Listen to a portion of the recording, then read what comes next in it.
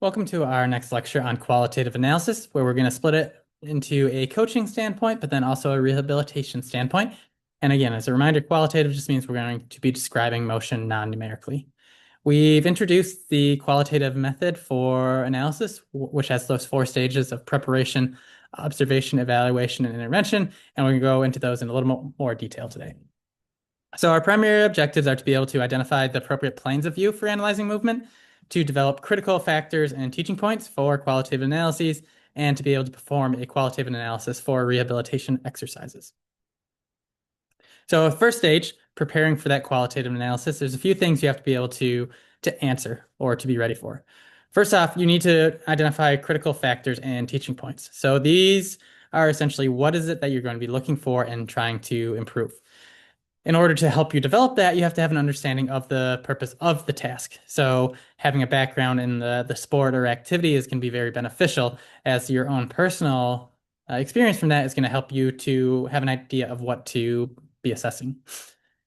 It's also going to be extremely important to identify the cause of the technique error. We don't want to necessarily identify the symptom of error. We want to know why the error is occurring. So let's say you're watching someone throw a ball.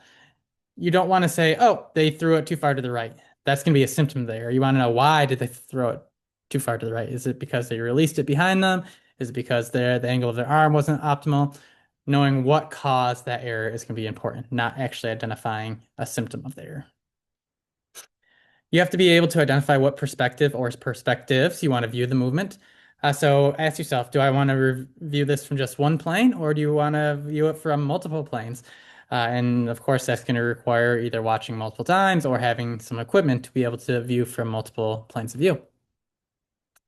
Identify the number of trials that you're going to observe before you formulate analysis. If you just choose one without having any warm-up or practice, is that really truly indicative of what the actual movement pattern looks like?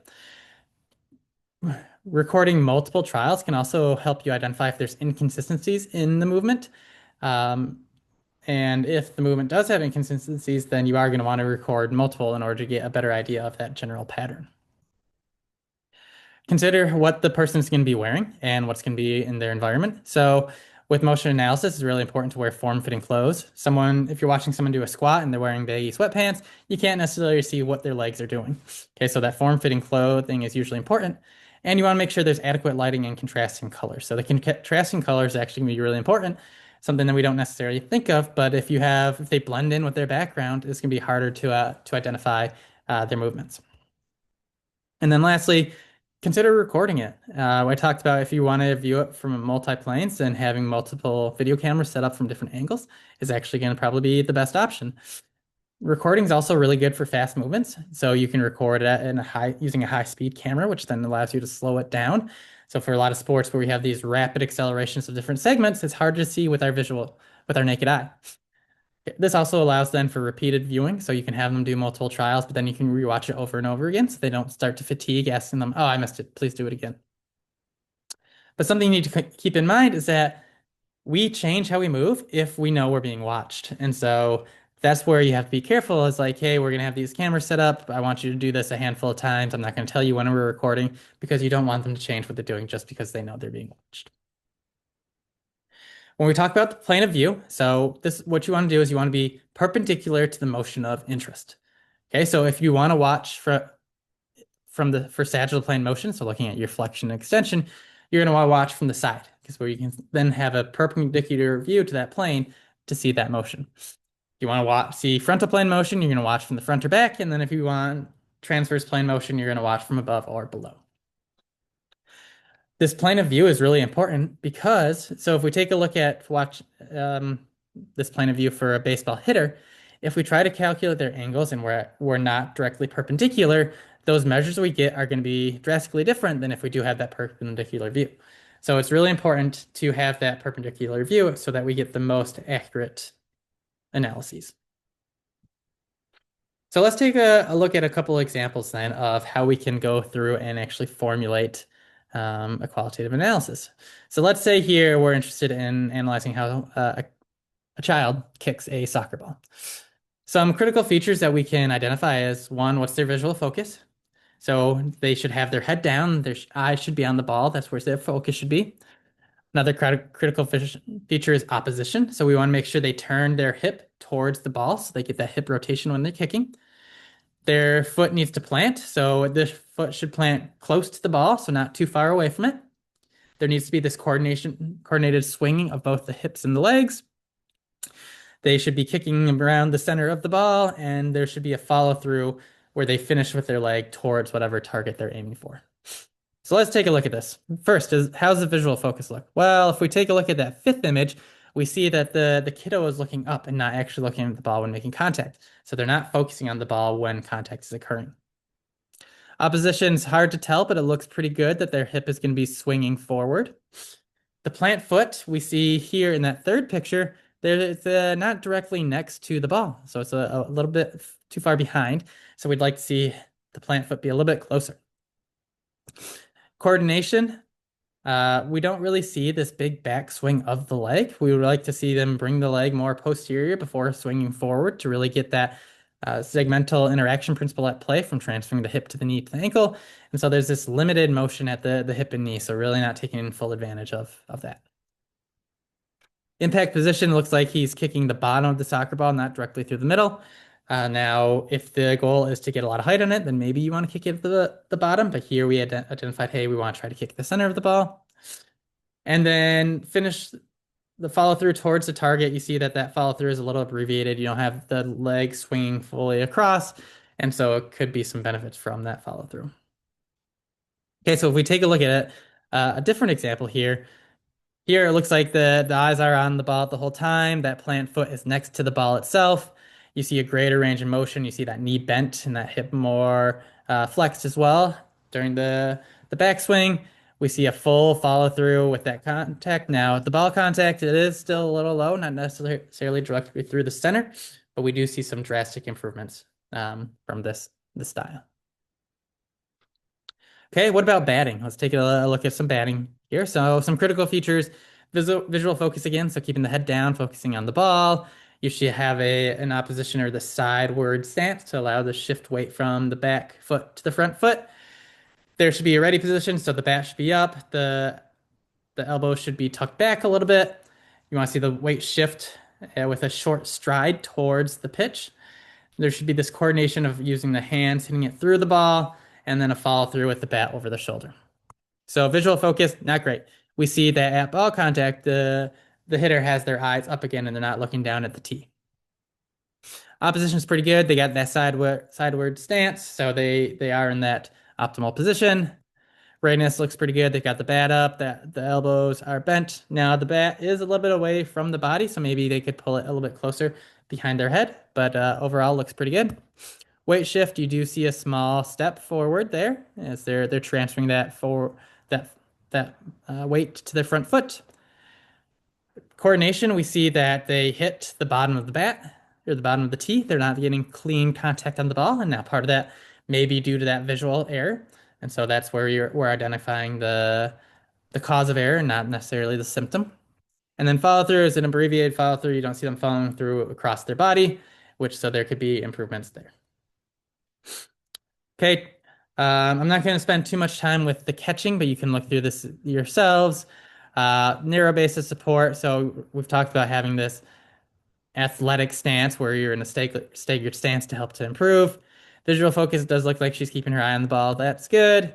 Interception, the arms are stationary. You should really be reaching out towards the ball and then cupping it in. So using that impulse to decrease the momentum to help control the catch. Hand position looks pretty good. The thumbs are in.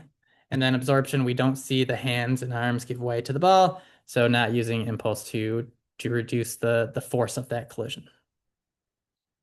And then last with the golf swing, so let's take a look at the weight shift. We see that they start with the weight on their back foot and then start to shift it forward. So that's what we'd like to see. It's hard to tell about the swing plane. Okay. For this, the golf is a really complex swing where it's not necessarily in one plane of motion. So it does get a little challenging to determine if they actually maintain their swing in the correct plane. Backswing looks pretty good. The club head does not exceed that horizontal line, so it stays relatively flat. Hard to tell from pictures, but the tempo of coordination looks like there is this correct motion of where the wrist and the club uncocked to then make contact with the ball.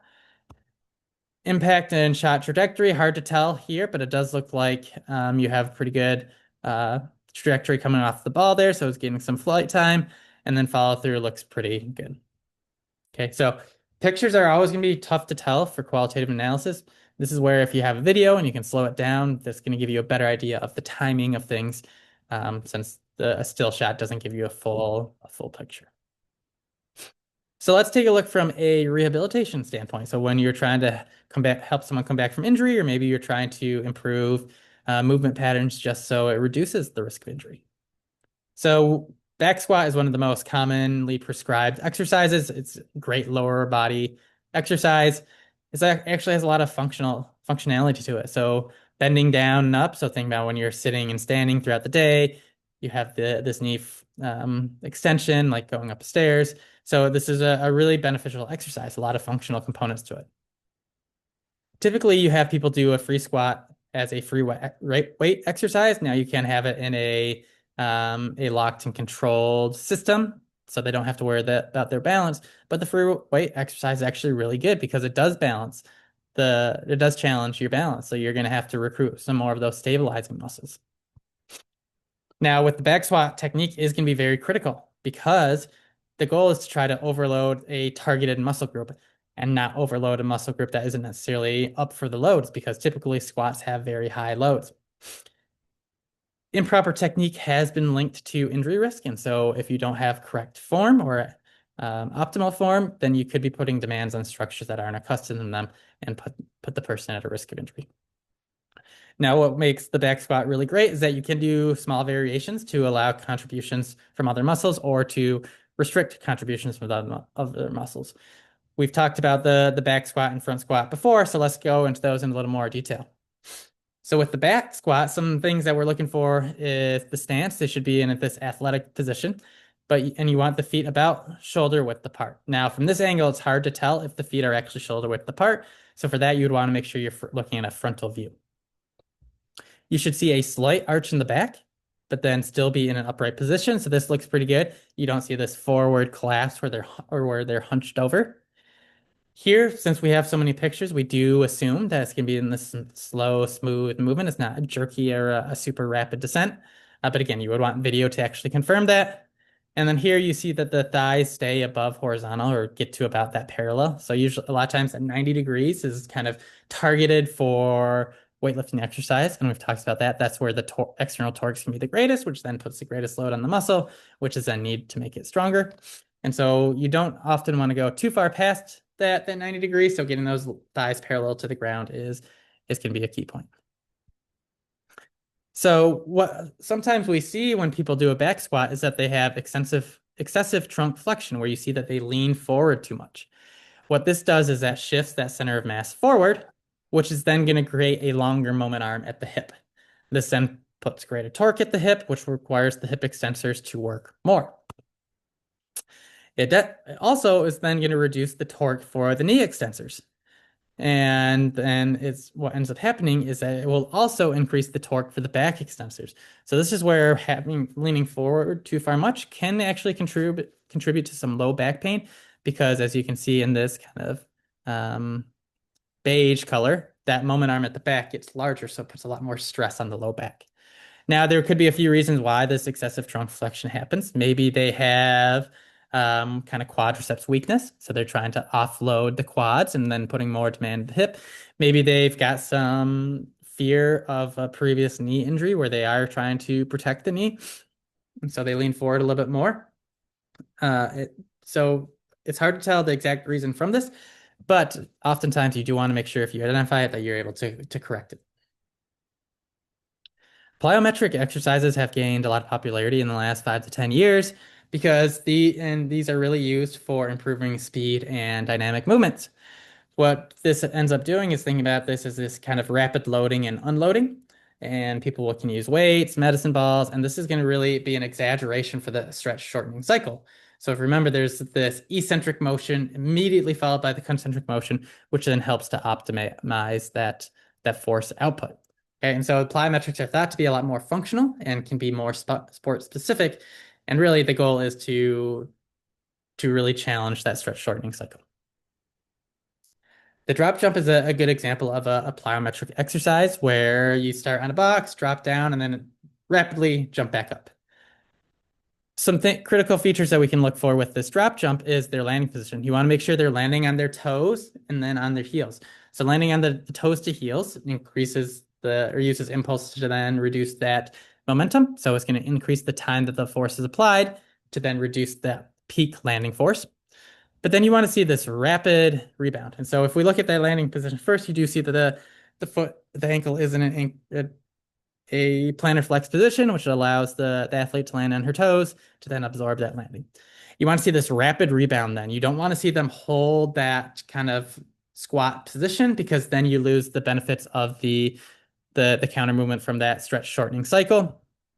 Here it does look pretty good. You see a little bit of flexion at the knees and the hips, and then she's right back up into her jump. You want to minimize the counter jump, so limiting the range of motion. If you squat down too far, now you're kind of losing some of that that strain energy. It's going to get dissipated throughout the body instead. And so you really want to be able to return that energy as soon as possible. So minimizing the counter jump is going to be good. You don't want the thighs to get fully parallel to the ground like you would in a normal squat. And then you want to use arm integration. Have those arms come down and then back up. So that upward motion of the arms is going to get that momentum going up as well. And also help to incorporate a greater force time principle there. Here we see the arms are remaining at the athlete's side, so she's not bringing them up with her while she jumps. And so that's an area of improvement. So that's just some examples of how we can actually perform qualitative analyses from both a coaching and from a rehabilitation or exercise standpoint. I'm sure many of you are familiar with a lot of these exercises, but maybe haven't necessarily thought about why we need proper form and what exactly we should be looking for. But hopefully you have, and if not, give it a try next time you're in the gym and see what you think. Of course, if you have any questions, go ahead and write them down, bring them to class, or post them on the discussion board, and we'll explore this in more detail when we meet next.